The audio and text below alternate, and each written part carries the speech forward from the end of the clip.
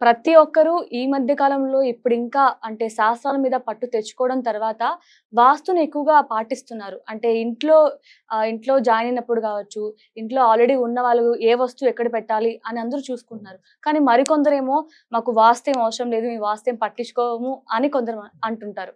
అసలు వాస్తు అనేది ఎంతవరకు ప్రభావం చూపించే అవకాశం ఉందంటారు? 100కి 100% వాస్తు ప్రభావం చూపించి తీరుతుంది. ఏ విధంగా? ఎందుకు చూపిస్తుందని మీరు అడగొచ్చు. హ్మ్. ఫస్ట్ ఆఫ్ ఆల్ కొంతమంది ఏంటంటే మేము కొంతే పాటిస్తామండి వాస్తు. కొంతవరకు లైట్‌గా చూసుకుంటాం. మరి ఎక్కువ డీప్‌గా వెళ్ళమంటారు. అవును. ఇంకొంతమంది ఏంటంటే ఆహ్, వాదించే వాళ్ళుంటారు. పర్ఫెక్ట్‌గా పాటించే వాళ్ళుంటారు. మరీ ఎక్కువ చాదస్తంగా వెళ్ళే వాళ్ళుంటారు. హ్మ్. ఇక్కడేంటంటే అది ఎంత చెప్పిందో అంతవరకు వెళ్ళడం తప్పులేదు. హ్మ్. ఇప్పుడు మీరే ఉన్నారు. ఆరోగ్యాన్ని కొంతవరకే నేను చూసుకుంటానండి. నేను మరీ ఎక్కువ ఆరోగ్యం గురించి ఎక్కువ ఆలోచించను. అంటే ఆరోగ్య సూత్రాలు పాటించను. ఒక 10% పాటిస్తానని ఎవడైనా అంటాడా? ఎవరు అన్నారు? మీరు విషం ఇంత తాగినా చచ్చిపోతాడు మనిషి. అంతే గదా! అవునా కాదా? కొంచెం తాగి నేను ఈరోజు చచ్చిపోయి మళ్ళీ రేపు బతుకుతాను అంటే అవ్వదు గదా! అనుకోడు కదా! హ్మ్. ఇప్పుడు చాలామంది ఏమనుకుంటారంటే కొంత తెలుసుకుంటే సరిపోతుందిలెండి. ఏ డైరెక్షన్‌లో తెలుసుకుంటే సరిపోతుంది. అంత అక్కర్లేదంటారు. హ్మ్. నేనేమంటానంటే మీ అబ్బాయి లేకపోతే మీరు ఒక మెడికల్ చదువుతున్నారు. హ్మ్. జస్ట్ ఒక 2 పేజీలు చదివితే సరిపోతుంది. ఏం మెడిసిన్ మొత్తం చేయాలా? హ్మ్.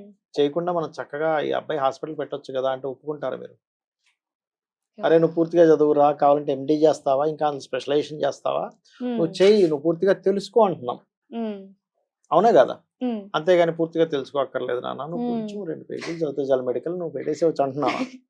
ఆ! ఇదెట్లుందంటే ఇంజెక్షన్ వేసి తీసేది ఎలా తెలియకుండా ఉన్నట్లుంది. వేయడం మాత్రమే తెలుసు, తీయడం మాత్రం కాబట్టి రాదు అని. ఏంటంటే ఏ శాస్త్రాన్నైనా పూర్తిగా పాటించాలి. పూర్తిగా హ్మ్. తెలుసుకోవాలంట నేను. హ్మ్. కొంచెం పాటించడము, కొంచెము తెలుసుకోవడం వల్ల ఎలా ఉంటుందంటే ఒక ఎంబీబీఎస్ డాక్టరు ఓ 10 పుస్తకాలు చదవాల్సింది ఒక పుస్తకం చదివేసి ఎంబీబీఎస్ డాక్టర్‌ని అయిపోయాను. హ్మ్. లేకపోతే నాకు మొత్తం మెడికల్ తెలుసు అన్నట్టుగానే ఉంటుంది. హ్మ్. ఓకే. తెలుసుకుంటే పూర్తిగానే తెలుసుకోమంటా నేను. పూర్తిగా తెలుసుకోండి, పూర్తిగా పాటించండి, హ్మ్. పూర్తిగా దాన్ని అర్థం చేసుకోండి. అలా అని ఓకే. చాదస్తం చాలామంది చాదస్తం అంటే నెగెటివ్ వర్డ్‌గా తీసుకుంటారు గానీ చాదస్తం is not negative word. It's hmm. Actually positive word అది. ఓహో! ఓకే. రైట్. అయితే ఇక్కడ మనం ఫస్ట్ మీరు ఖచ్చితంగా పాటించాల్సినవేమిటి? హ్మ్. ఎప్పుడూ గూడా ప్రతి డైరెక్షన్ మంచిదే. కానీ హ్మ్. మీకు ఏ డైరెక్షన్ పనికొస్తుందనేటువంటిది వర్గు ద్వారా తెలుసుకోవాలి. చాలామందికున్న నెగెటివ్ ఫీలింగ్ ఏంటంటే, మనకి వెస్ట్, సౌత్ అసలు పనికిరావు. ఈస్ట్, హ్మ్. నార్త్ ఈజ్ బెస్ట్ అనుకుంటారు. హ్మ్. అస్సలు అలా లేనే లేదు. ఓకే. ఇంకొంతమంది ఏమిటి వాస్తు అనేటువంటిది ఏదో మధ్యలో పుట్టిందనుకుంటారు. కాదు.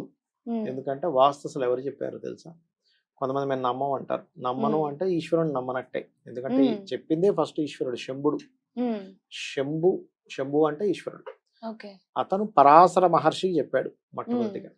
ఆ పరాశర మహర్షి వ్యాఘ్రత మహర్షికి చెప్పడం జరిగింది. వ్యాఘ్రతుడు ఈ యొక్క విశ్వకర్మకి చెప్పడం జరిగింది. విశ్వకర్మ ద్వారా మన విశ్వానికి మొత్తం మన భూమి మీద ఉండే ప్రజలందరికీ వచ్చింది. అంటే ఎవరు హుహు. చెప్పారు మొట్టమొదటిగా శివుడు చెప్పాడు. హ్మ్.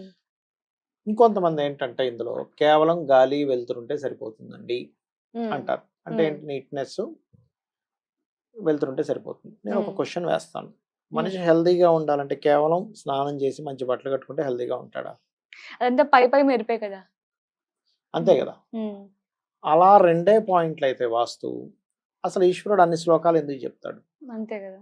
ఆయన మళ్ళీ తర్జనం మొత్తం వచ్చేసరికి మనకి అన్ని శ్లోకాలు ఎందుకుంటాయి? ఆయం ఎలా కట్టాలి? పదం ఎలా కట్టాలి? హ్మ్. ఏ దేవత ఎక్కడుంటుంది? వాస్తు అంటే కేవలం 4 గోడలు కాదు. ప్రతి దేవత అసురులు ఉండేటువంటి ఒక సిస్టమ్. హ్మ్. మనకెలా అయితే బాడీలో హ్మ్. నేత్రాలు ఎలా పనిచేస్తాయి? బ్రెయిన్ ఎలా పనిచేస్తుంది? ముక్కు ఎలా పనిచేస్తుంది? చెవి ఎలా పనిచేస్తుంది? కర్ణబేర ఎలా పనిచేస్తుంది? టేస్ట్ బడ్స్ ఎలా పనిచేస్తాయి నాలుక హ్మ్. మీద? హ్మ్. హ్మ్. లోపలుండే ఆర్గన్స్ ఒక్కొక్కటి ఎలా పనిచేస్తుంది? మన ఇమ్యూనిటీ సిస్టమ్ ఎలా పనిచేస్తుంది? హ్మ్. మన లోపల గ్యాసెస్ ఎలా ఫార్మ్ అవుతాయి? మనం ఎలాంటి ఫుడ్ తీసుకుంటున్నామని మన కళ్ళతో చూడగానే లోపల ఎలాంటి యాసిడ్స్ ఫార్మ్ అవ్వాలనేటువంటిది మన బాడీ ఎలా అయితే గుర్తించి అలాంటి యాసిడ్స్‌ని ఎలాగది ఫార్మ్ చేసుకొని తీసుకుంటుంది అనేటువంటి విషయాలు మన బాడీ ఎలా అయితే రెస్పాన్స్ అవుతుందో హ్మ్. యాజ్ ఇట్ ఈజ్ మన గృహం కూడా అలా ఉంటుంది. ఓకే. అయితే ఇప్పుడు మీరు చెప్పినట్లే ఓన్లీ గోడలు, తలుపులు మాత్రమే కాకుండా ఇంట్లో అన్ని విషయాల్లో గూడా వాస్తు ఉంటుంది. ఉంటుంది. ఉంటుంది. ఓకే. అయితే ఇందులో పర్టిక్యులర్‌గా మనం తప్పకుండా వాస్తు పాటించాల్సిన విషయాలేంటి? చెప్తానమ్మా. First of all direction. Hmm. మీ పేరుకి ఇప్పుడు మీ పేరేం పేరు? ప్రత్యూష. ప్రత్యూష అంటే ప్రత్యూష అంటే రకార వర్గు. హ్మ్. రకార వరకి ఉత్తరము, తూర్పు, పడమర బాగా పనికొస్తాయి. సౌత్ పనికిరాదు. కానీ హ్మ్. నాకలా గాదు. నాకు నానాజీ పట్నాయక్ అంటే పడమర, ఉత్తరం, దక్షిణం పనికొస్తుంది. నాకు తూర్పు పనికిరాదు. నీకు దక్షిణం పనికిరాదు, నాకు తూర్పు పనికిరాదు. అలా తూర్పు అందరికీ మంచిదనుకుని నేను వెళ్ళిపోతే నాకు పనికిరాదు. దీన్ని వర్గు అంటారు. దీని మీద మనం అన్ని వర్గులకి ఏ పేరు గల వాళ్ళకి ఏంటని వీడియోలు కూడా చేసాం. ఒక 4 ఏళ్ళు అయింది దాదాపు. అంటే ఇంటి పెద్ద పేరు బట్టి ఉంటుంది. ఎగ్జాక్ట్లీ ఇంటి యజమాని పేరు. Okay okay. దాని తర్వాత వాళ్ళ పిల్లలు పెద్ద అయ్యారు. వాళ్ళు సొంతంగా ఏదైనా కొనుక్కుంటున్నారు. అప్పుడు వాళ్ళ పేర్లు బట్టి. అందుకే కొంతమంది ఏం చేస్తారు, పిల్లలు పుట్టిన తర్వాత గృహం కట్టుకోవాలంటారు. ఎందుకంటే పిల్లలు పెట్టిన పేరు ఇతని పేరు యజమాని పేరు కలిపి ఏ డైరెక్షన్ పనికి వస్తుందో చూసుకుంటారు. దానివల్ల ఏమవుతుంది, తర్వాత తదంతరం ఉండే తరానికి కూడా ఇల్లు అచ్చొస్తుంది. మా నాన్నగారు ఉన్నప్పుడు చాలా బాగుందండి, ఏంటో మా నాన్నగారు అవును, మనం ఈ మధ్య బాగా వింటుంటాం. అంటే ఇది మా నాన్న బాగా నేను తీసుకున్న తర్వాత నాకు అచ్చి రావట్లేదు అని చెప్పేసి వేరే ఇల్లు తీసుకోవడం. ఎగ్జాక్ట్లీ. సో ఇటువంటి తప్పిదాలు జరుగుతుంటాయి వర్గు శాస్త్రాన్ని అర్థం చేసుకోకపోతే. ఇక వర్గు అయిపోయిన తర్వాత second point is door point. మనం కామన్ గా ఇవాళ రేపు ఏమైపోయిందంటే తెలియక ఈశాన్యంలో ద్వారం పెట్టాయి అంటుంటాం. ఈశాన్యంలో నిజంగా ద్వారం పెట్టవలసి వస్తే అక్కడ ఒక పదం ఉంటుంది, అక్కడే పెట్టాలి. అదర్వైజ్ ఈశాన్య ద్వారం పూర్తిగా తప్పు. ఆ పదం కరెక్ట్ అయితేనే పెట్టాలి. ఎప్పుడు కూడా 3-4 పదాల్లో, అంటే తూర్పు అయితే ఇంద్ర, జయ, దక్షిణం అయితే 3-4, 5వ పదంలో కూడా పెట్టొచ్చు దక్షిణంలో, పడమర అయితే 1, అలాగా 3-4 పదాలు ఇస్ బెస్ట్. అలా పద విభజన చేయడం కూడా ఎన్ని డిగ్రీలు టిల్ట్ అయిందో చూసుకోవాలి. రఫ్ గా వెళ్ళిపోయి ఇక్కడ పెట్టేద్దాం అంటే కాదు. డిగ్రీస్ టిల్ట్ ని బట్టి మీరు పద విభజన చేసి దానిలో పెట్టాలి. ఇక మరొక విషయం ఏంటంటే, ఎప్పుడైనా కానీ ఇంటి లోపల రంగులు కూడా దాని ప్రాధాన్యత చూపిస్తుంది. రంగులు కూడా అయ్యో, పడమరకి ఏ రంగు ఉండాలి, తూర్పు ఏ రంగులు ఉండాలి, దక్షిణానికి ఏ ఉండాలి, ఉత్తరానికి ఏ ఉండాలి. ఉత్తరం అంతా వైట్ కలర్ ఉండాలి, తూర్పు అంతా ఏరి ఎలిమెంట్ కాబట్టి అక్కడ గ్రీన్ ఉంటే మంచిది. ఆగ్నేయం గ్రీన్ ఉండొచ్చు, ఎందుకంటే ఫైర్ ఎలిమెంట్ కి ఏరి ఎలిమెంట్. నైరుతికి క్రీమ్ ఉండొచ్చు, వెస్ట్ కి క్రీమ్ ఆర్ వైట్ ఉండొచ్చు. ఇట్లా చూసుకోవాలి మొత్తం ఇంటికి నేను చెప్పేది. కానీ అసలు ఈ మధ్య ఏమంటారు, ఈ గోడకి ఇది మ్యాచింగ్ అవుతుంది, సో ఈ మ్యాచింగ్ చూసుకుంటున్నారు కానీ ఈ శాస్త్రాలు ఏం పట్టించుకోవట్లేదు. అంటే కరెక్ట్. ఇక్కడ నేను ఏం చెప్తానంటే, ఇప్పుడు మనం ఒక ఫుడ్ తీసుకుంటున్నాం, జంక్ ఫుడ్ తింటాం. జంక్ ఫుడ్ తిన్నప్పుడు ఏం కాలేదు, జంక్ ఫుడ్ మంచిదని మనం అనగలమా? అనలేం. కొన్ని రోజులు తిన్న తర్వాత వాడు విపరీతమైన ఫ్యాట్ అయిపోవడము, లోపల కొలెస్ట్రాల్ ఎక్కువైపోయి అప్పుడు ఏమైందయ్యా అంటే ఈ జంక్ ఫుడ్ తిన్నారుగా అందుకు ఇలా అయిందని తెలుస్తుంది. ఇప్పుడు నేను ఒక ఉదాహరణ చెప్తాను మీకు. శాస్త్రంలో దక్షిణ నైరుతి అని ఉంటుంది, వేస్ట్ జోన్. అక్కడ ఒక అతను ఎప్పటి నుంచో బిజినెస్ చేస్తున్న మనీ మొత్తం అక్కడ పెట్టాడు. ఎప్పటి నుంచో. నేను అన్నాను, ఏమండి ఇక్కడ అసలు డబ్బు పెట్టకూడదు అంటే, అదేం లేదండి మాకు బాగానే ఉంది అన్నారు. నేను ఏం చేసా, సరే నేను ఒకటే చెప్పాను, ఏమండి మీకు ఎటువంటి రిజల్ట్ ఇవ్వట్లేదు ఇప్పుడు అంటే, ఒకటేసారి పెద్ద మొత్తంలో ఎఫెక్ట్ ఇస్తుంది, సో బీ కేర్ఫుల్. అదేమైంది, ఆయన ఆ డబ్బంతా తీసుకెళ్ళి ఒక 30 ఏళ్ళ నుంచి సంపాదించిన ధనాన్ని మొత్తం తీసుకెళ్ళి ఇంకో దాంట్లో పెట్టి పోగొట్టుకున్నాడు. ఇప్పుడు ఈ 30 ఏళ్ళ కష్టం పోయిందిగా, శ్రమ, కష్టము, సమయం అన్ని పోయాయిగా. అంటే నువ్వు ధనాన్ని ఇంట్లో ఎక్కడ పెట్టుకోవాలి? పడమరలో పెట్టుకోవచ్చు, పడమర నైరుతిలో పెట్టుకోవచ్చు. అలాగే ఇంట్లో ఏ వస్తువు ఎక్కడ పెట్టుకోవాలి, ఏ రంగు ఎక్కడ వేయాలి, ఏ వస్తువు ఎక్కడ పెట్టుకోవాలి, ఎక్కడి నుంచి వెలుతురు ఎక్కువ రావాలి, ఎక్కడి నుంచి వెలుతురు తక్కువ రావాలి కూడా ఉంది శాస్త్రంలో. అంతా ఓపెన్ అయిపోవడం కాదు. ఒక లైట్ని తీసుకొచ్చి కళ్ళ ముందు పెట్టుకుంటామా, కళ్ళు దెబ్బతింటాయి, అంతే కదా. ఏది అంత మితంలో ఎనర్జీ ఉండాలో. ఇప్పుడు మన ఏమంటారు, నీరు చక్కగా మనకి దాహం తీరుస్తుందండి, నోట్లో వేసుకునే నీరు ముక్కులోనూ చెవులోనూ వేసుకోం. నీరు కదండి, ప్రాణాన్ని ఇస్తుంది కదండి, ప్రాణం పోస్తుంది కదండి. చెవులో పోస్తే ఏమిటంటే అలా ఉండదు కదా. సో ఏంటంటే, ఫస్ట్ ఆఫ్ ఆల్ మనం ఏ యాక్టివిటీ ఎక్కడ చేస్తున్నాం ఈజ్ మోస్ట్ ఇంపార్టెంట్. ఎందుకు అంటే 45 మంది దేవతాసులు ఉంటారు బ్రహ్మతో సహా ఇంట్లో, బ్రహ్మస్థానము అంటారు. ఒక్కొక్క దేవత ఒక్కొక్క వాటి వల్ల యాక్టివ్ అవుతుంది, కొన్ని డియాక్టివ్ అయిపోతాయి. పెట్టకూడని ప్రదేశాల్లో బాత్రూమ్స్ పెట్టడం చేయకూడదు, పాయింట్ నెంబర్ 1. రెండవది, ఈ ఎలిమెంట్స్ని బట్టి మన ఇంట్లో ఉండే యాక్టివిటీస్ ఉండాలి.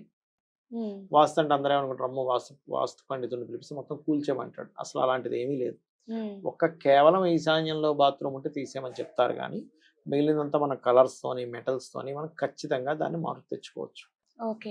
అంటే ఇప్పుడు ఎవరైనా సరే ఇల్లు కట్టాలనుకున్నా, ఇంట్లో ఏం చేసుకోవాలన్నా ఒక బిల్డర్ తో ఇక్కడ కిచెన్, ఇక్కడ హాల్, ఇక్కడ బెడ్ జనరల్ గా చెప్తారమ్మా. ఇప్పుడు బిల్డర్స్ కి ఏంటంటే, వాళ్ళకు కొన్ని ఇల్లు కట్టిన మీదట ఆగ్నేయంలో కామన్ గా కిచెన్ పెడతామండి, నైరుతిలో మాస్టర్ బెడ్రూమ్ పెట్టేస్తాము, ఈశాన్యంలో ద్వారం పెట్టేస్తాం అంటాం. కానీ వాళ్ళకి ఎంతవరకు ఉంటుంది, బిల్డర్ కి ఎలాంటి సిమెంట్ వాడాలి, ఎంత తక్కువ కాస్ట్ లో లేబర్ని ఎలా తీసుకురావాలి, మనం ఎలాంటి స్ట్రెంత్ ఇస్తే బాగుంటుంది, ఎంత తొందరగా మనం ఈ పని చేయించుకోగలగాలి, ఏ మెటీరియల్ ఆగుతుంది వరకు వాళ్ళకి జ్ఞానం ఉంటుంది.